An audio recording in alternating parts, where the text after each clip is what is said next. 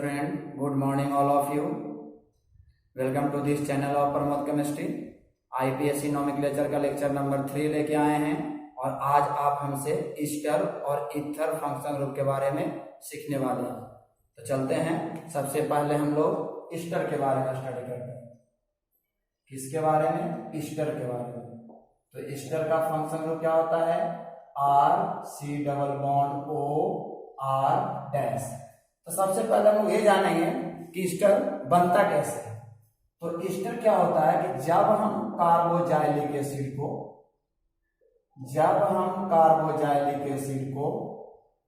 Alcohol के साथ reaction करवाते हैं, जब हम कार्बोजाइलिक एसिड को एल्कोहल के साथ रिएक्शन करवाते हैं तब ईस्टर बन जाता है। ईस्टर नहीं बोलेंगे, इसको एस्टर बोलेंगे। ठीक है, तो सबसे पहला हम लोग क्या पढ़ेंगे? इसका कॉमन नेम। देखिए, कॉमन नेम का उतना काम नहीं होता, लेकिन फिर भी आपको कुछ कंपाउंड का कॉमन नेम जानना है। ठीक है, तो चलिए इसके बाद हम लोग सबसे पहले चलते हैं, इधर लेते हैं एक कार्बन का एल्काइल और इधर भी लेते हैं एक कार्बन का एल्काइल। चाहे तो आप दोनों एल्काइल सेम ले सकते हैं, चाहे तो आप दोनों एल्काइल डिफरेंट भी ले सकते हैं। अगर इसका नाम लिखेंगे हम तो नाम क्या हो जाएगा? Dimethyl ester. इसके बाद अगर इधर हम 2 कार्बन का एल्काइल ले लें और इधर भी हम 2 कार्बन का एल्काइल ले लें तो इसका नाम क्या हो जाएगा? Di ethyl Easter. अगर हम इधर 2 कार्बन का एल्काइल लेते हैं और इधर हम 1 कार्बन का एल्काइल लेते हैं, इसका नाम हो जाएगा इथाइल मिथाइल एस्टर। अब जितना एल्काइल लगाना है लगा सकते हैं आप। इसके बाद HC double bond O CH3 है, इसका नाम लिखना है। तो इसका कॉमन नेम क्या होता है? Methyl formate. अगर इसी हम फंक्शन ग्रुप को अगर हम बेंजीन में लगा दें, कहाँ लगा दें? बेंजीन में लगा दें तो इसका नाम हो जाएगा मिथाइल बेंजोएट, या इसको एक और नाम से हम लोग जानते हैं मिथाइल फिनाइल ईस्टर। ये सब हमारा क्या है? कॉमन नेम है। ठीक है, अब हम लोग चलते हैं IUPAC नेम पे। कॉमन नेम का उतना काम नहीं होता, लेकिन फिर भी आपको कुछ कंपाउंड का कॉमन नेम याद रखना होगा, जानना होगा। ठीक है, अब हम लोग आते हैं IUPAC नेम में। ये जो हमारा IUPAC नेम है, तो इसका जो सफिक्स होता है वो होता है OH और इसका जो बेस नेम होता है क्या होता है भाई? एल्काइल एल्कानोएट। अब यहां बात आती है किसको एल्काइल फॉर्म लिखेंगे और किसमें हम लोग OH लगाएंगे। थोड़ा ध्यान दें आप। RC double bond OR dash. ठीक है, यानी वैसा एल्काइल का चेन जो ऑक्सीजन से जुड़ा हो तो उसका हम लोग एल्काइल फॉर्म लिखेंगे। वैसा एल्काइल का चेन जो ऑक्सीजन से जुड़ा हो तो उसको हम लोग एल्काइल फॉर्म लिखेंगे, और जिसके पास C डबल बॉन्ड O हो तो उसे हम लोग एल्केनोइड लिखते हैं। ठीक है, देखिए अगर हम 1 कार्बन का एल्काइल लेते हैं तो यहां हो जाएगा CH3, इसका नाम पहले लिखेंगे, इसका नाम हो जाएगा मिथाइल इथानोएट। जब IUPAC जब लिखेंगे ये कार्बन को आपको काउंट करना होगा। कॉमन नेम में कार्बन काउंट नहीं होता, लेकिन IUPAC नेम में कार्बन काउंट करना होगा, क्योंकि इसमें नंबरिंग वहां से करेंगे जहां से फंक्शन ग्रुप है। तो C डबल बॉन्ड एक फंक्शन ग्रुप है या एक कार्बन है, नंबरिंग आपको वहीं से स्टार्ट करना है। इसके बाद अगर यहाँ CH2 है, यहाँ C डबल बॉन्ड O है, यहाँ CH3 1 2 3 इसका नाम क्या हो जाएगा, मिथाइल प्रोपेन 1OH। ठीक है, इसके बाद थर्ड में आते हैं। अगर हम दोनों तरफ इथाइल लेते हैं, जो आपको इच्छा है जितने कार्बन का एल्काइल लेना है आप ले सकते हैं। तो इधर वाला तो पहले नाम लिखेंगे, इसका नाम क्या होगा, इथाइल, और 1 2 3 इसका नाम क्या होगा, प्रोपेन 1OH। ठीक है, इसके बाद अगर यहाँ CH3 है, यहाँ CH है, यहाँ CH3 है, ये डबल बॉन्ड है, यहाँ C डबल बॉन्ड O है, और यहाँ CH3 है, तो नंबरिंग 1 2 3 4 5। तो पहले तो नाम उसी का लिखाएगा, मिथाइल, इसके बाद 4 मिथाइल पेन, एल्कीन है तो रोड वर्ड लिखेंगे, पेन 2 in 1OH। 1 का पोजीशन आप लिख भी सकते हैं या नहीं भी लिख सकते हैं। ठीक है, चलिए अब मैं एक कंपाउंड दे रहा हूं कि अगर यहाँ CH3 है और अगर यहाँ CH3 है और यहाँ भी CH3 है, इसके बाद यहाँ डबल बॉन्ड है और यहाँ C2H5 है, इसके बाद यहाँ C2H5 है और यहाँ Br है और यहाँ CH3 है। ठीक है, यहाँ क्या है, CH3 है और इसके बाद यहाँ C डबल बॉन्ड O है और CH2 है और CH3 है। तो नंबर तो आपको ऐसे करना होगा 1 2 3 4 5 6। ये ध्यान रहे कार्बन कहीं 5 बॉन्ड नहीं होता, कार्बन हमेशा 4 बॉन्ड बनाता है। ठीक है, तो नाम लिखना, पहले उसका नाम लिखेंगे, तो नाम क्या हो जाएगा, इथाइल, इसके बाद 3 ब्रोमो, इसके बाद 3 bromo 3 4 di ethyl 3 4 di ethyl 3 4 di ethyl, इसके बाद 2 5 डाई मिथाइल और 6 कार्बन का root word hex 4 in 1OH। O है तो यहां से क्या करते हैं, ड्रॉप करते हैं। ठीक है, लगातार 2 वॉवेल आप नहीं लिख सकते। ठीक है, चलिए तो ये जो है ये हमारा इसका नोमेनक्लेचर है, इसमें आप जितना ब्रांच लगाना है आप लगा सकते हैं। ठीक है, और सबका नाम आपको वैसे ही लिखना है। ठीक है, चलिए तो ये हमारा था ईस्टर का नोमेनक्लेचर। ठीक है, अगर मान ली जाए कि इसमें एक और हम क्वेश्चन देते हैं, अगर ये CH3 है और यहाँ CH3 है और यहाँ डबल बॉन्ड है और यहाँ C2H5 है। ठीक है, और यहाँ Cl है, यहाँ कार्बन का 5 बॉन्ड हो जाएगा।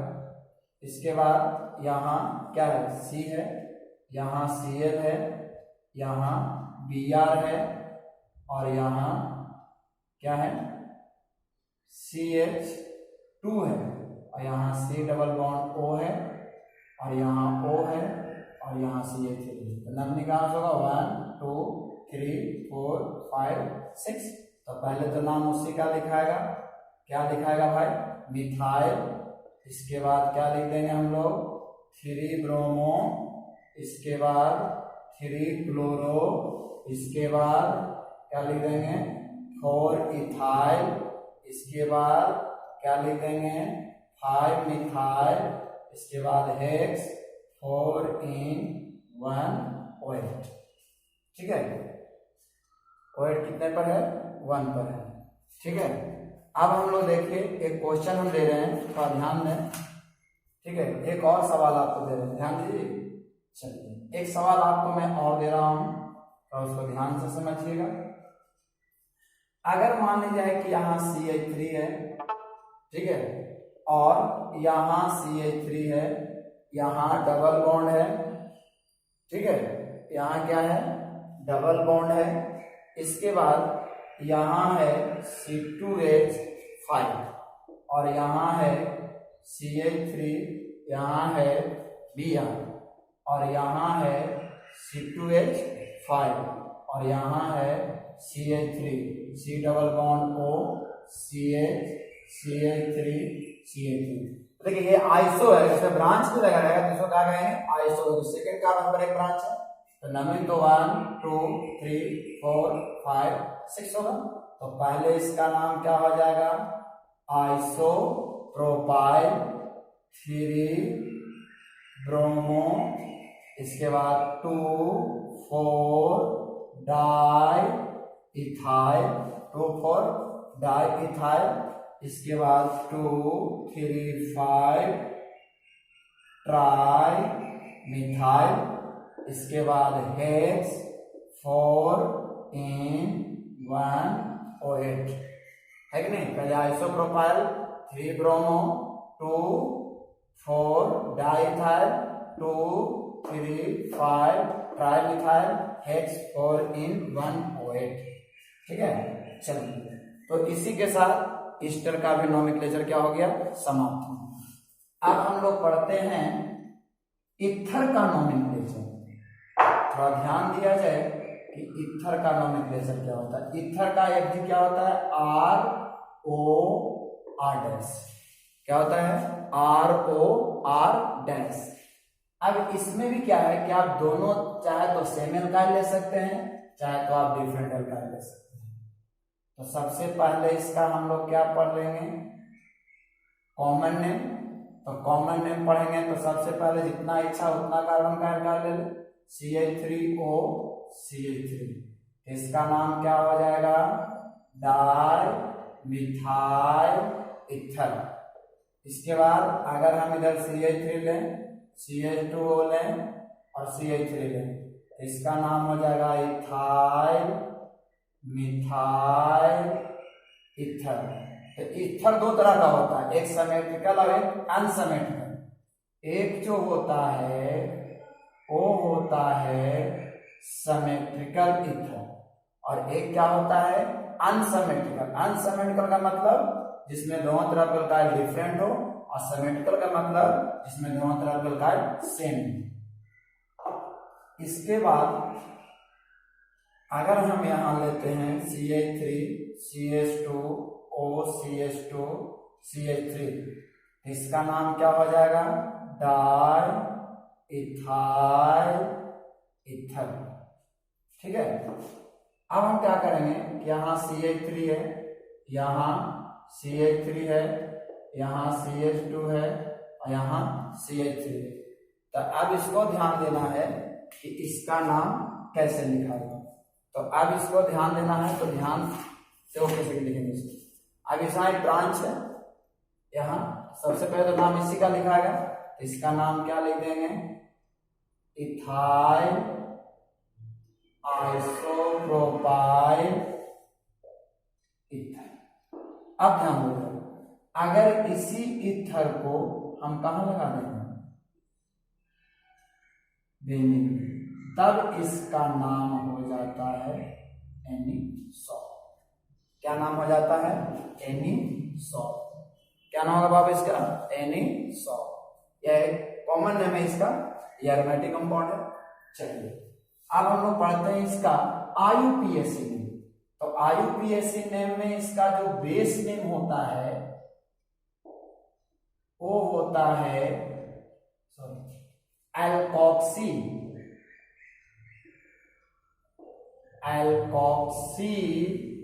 एल्केन। अब यहां दिमाग में आया कि दो तरफ का एल्काइल है, किसमें ऑक्सी लगाएंगे किसमें एल्केन लगाएंगे। तो ध्यान देना, छोटे वाले एल्काइल में हमेशा लगाना है ऑक्सी और बड़े वाले एल्काइल को हमेशा लिखना है एल्केन। ये देखिए ROR, देखिए छोटा अगर एल्काइल रहेगा तो छोटे वाला में क्या लगाना है, ऑक्सी, और बड़े वाले चेन को क्या लिखना है, एल्केन फॉर्म। ठीक है, तो चलिए हम थोड़ा सा एग्जांपल लेते हैं इसका। अगर यहाँ CH3 है और यहाँ O है और यहाँ CH3, तो किसी में ऑक्सी लगा दी, दोनों सेम है, तो इसका नाम लिख देंगे मिथॉक्सी मीथेन। अगर यहाँ है CH3 CH2 O CH2 CH3 दोनों सेम है, तो किसी में ऑक्सी लगा दीजिए, तो इथॉक्सी इथेन। अगर मान ली जाए कि यहाँ है CH3 CH2 O CH3, तो छोटा ही है, तो छोटा वाला में हमेशा क्या लगाना है बाबू, ऑक्सी, और 2 कार्बन का एल्केन क्या होता है, इथेन। ठीक है, इसके बाद अब हम लोग आगे चलते हैं। अगर ऐसे रहे CH3 है और यहाँ CH3 है और O है CH3 है, तो नामिक तो 1 2 3 होगा, क्योंकि लंबा चेन ही है, तो 1 2 3, तो 2 पर क्या है, मिथॉक्सी, तो क्या लिख देंगे यहाँ 2 मिथॉक्सी प्रोपेन। अगर सवाल ऐसे है CH3 है, यहाँ O है, यहाँ CH3 है और यहाँ CH3 है, तो मेन चेन तो आपको ये मानना है, क्योंकि इस पे तो नंबरिंग होगा नहीं, क्योंकि नंबरिंग जब भी होता है तो कहाँ होता है, कार्बन एटम पर। तो 1 2 3, इसका नाम क्या हो जाएगा बाबू, 2 मिथॉक्सी प्रोपेन। ठीक है, तो इसको नोट कीजिए।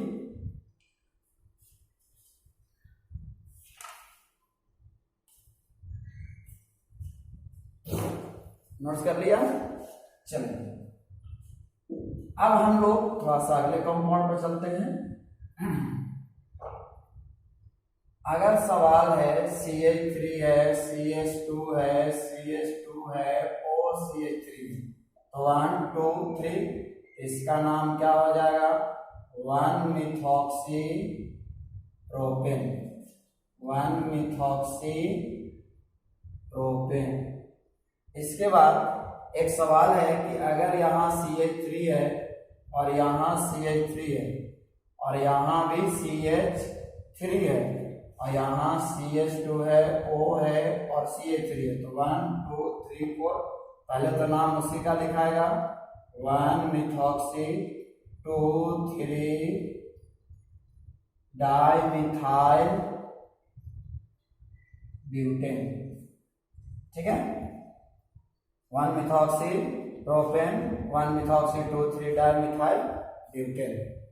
ठीक है, चलिए अगर मान लिया जाए कुछ अलग टाइप का भी क्वेश्चन हो, जैसे अगर मान लिया जाए क्वेश्चन यहाँ है CH3 CH CH2 CH3, यहाँ है CH3 और यहाँ है CH और यहाँ है ये, ऐसे है, तो नंबरिंग कहाँ से होगा, 1 2 3 4 5, तो क्या हो जाएगा 1 1 डाइमिथॉक्सी 3 मिथाइल पेंटेन। ठीक है, और मैं एक सवाल और दे रहा हूं कि अगर ये CH3 है, यहाँ है CH2 और अगर यहाँ CH3 है और अगर ये यहाँ CH3 है और यहाँ है और यहाँ भी CH3 है और OCH3 है, तो नंबरिंग 1 2 3 4 5 6, तो पहले तो नाम लिखा जाएगा 2 मिथॉक्सी, इसके बाद 3 4